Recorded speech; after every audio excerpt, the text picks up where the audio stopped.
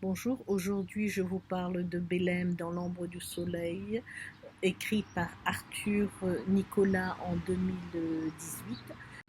Auteur rayonné de science-fiction, il nous embarque dans le futur où la notion de valeur humaine, d'amour vont guider ses héroïnes et ses héros tout au long de leur. Donc pour répondre à la dédicace de l'auteur, oui, effectivement, je me suis laissée embarquer dans son monde qui est son univers m'a beaucoup plu et notamment ses personnages, l'histoire de ces 4 adolescents qui vont évoluer tout au long de leur quête et comment ils nous emmènent petit à petit vers cette recherche, vers cette quête d'identité qu'il a bien ficelé avec des rebondissements à chaque chapitre. J'ai aussi aimé la topologie composée de pierres précieuses pour décrire et pour nommer les lieux de l'île de la Réunion. Ça m'a énormément plu. Et donc, je vais essayer de vous donner aussi envie de lire ce livre. Shan s'en moquait, car il était déjà détenteur de 4 tampons et il savait que ces 2 approbations lui ouvraient déjà les portes de Psy-High. Riel, quant à lui, fut gratifié des 3 tampons, car il avait beaucoup amusé les professeurs. Sa pertinence et son sens de l'à-propos lui avaient valu un franc succès.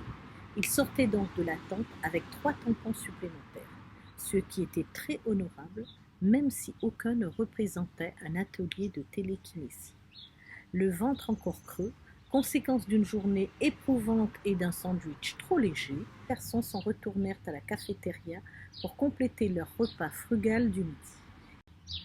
Ils s'installèrent à table et Shan découvrit l'une des particularités de Riel, l'appétit. Shan avait choisi une assiette de spaghettis à la bolognaise et Riel un plat typiquement local, très relevé, à base d'épices indiennes.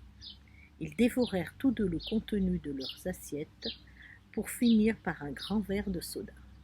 Enfin, repus et soulagés d'avoir obtenu leur passeport pour l'école, ils décidèrent d'attendre tranquillement la fin des épreuves, une fois que les ateliers seraient tous clos, échéance à laquelle ils devraient venir présenter leurs résultats au comité d'admission. Une fois leur admission validée, leur entrée à Psy-High serait officielle. Affalés sur leurs chaises, ils entendirent des huées dans une tente voisine. Ils décidèrent d'aller voir. Le garçon arrogant qui les avait provoqués depuis le ring, plus tôt dans la journée, se tenait à l'entrée du chapiteau avec toute une bande de ses semblables. Riel et Shan arrivèrent juste à temps pour voir un candidat chétif allongé à terre, le nez en sang. La bande des garçons ricanait telle une horde de hyènes. Les étudiants qui faisaient passer les épreuves tentèrent de redresser la jeune victime qui pleurait. Riel se demandait comment il allait faire pour passer sa dernière épreuve. Il sentait sa colère monter et fit mine de se diriger vers le groupe de hyènes, mais Shan le retint par le bras. Voilà, donc oui, c'est bien écrit, c'est bien expliqué et j'aime beaucoup. Alors, je vais aussi vous lire un passage, on aurait dit du Marvel, quoi. On se croit, on se l'imagine, on voit la scène quand on lit ces scènes de combat. Et j'avoue, il est très fort dans l'écriture de ces scènes de combat. Je vous laisse écouter un aperçu. Tu as raison, approuva Amy, mais je refuse que tu te fasses molester par ce vaurien. Hé, surveille tes paroles, l'alien. Allez, gros dur, fais pas ta chochotte et cogne, qu'on en finisse, le provoqua Riel à son tour. De quoi tu m'as traité, là s'exclama le gros dur. Voyant que Glenn gardait son calme, Riel enfonça le cou. Parce que t'es sourd en plus d'être bouché. Il n'en fallut pas davantage pour mettre le feu aux poudres. Glenn arma son poing. Amy fit mine de se jeter sur lui pour l'empêcher, mais Riel devança tout le monde.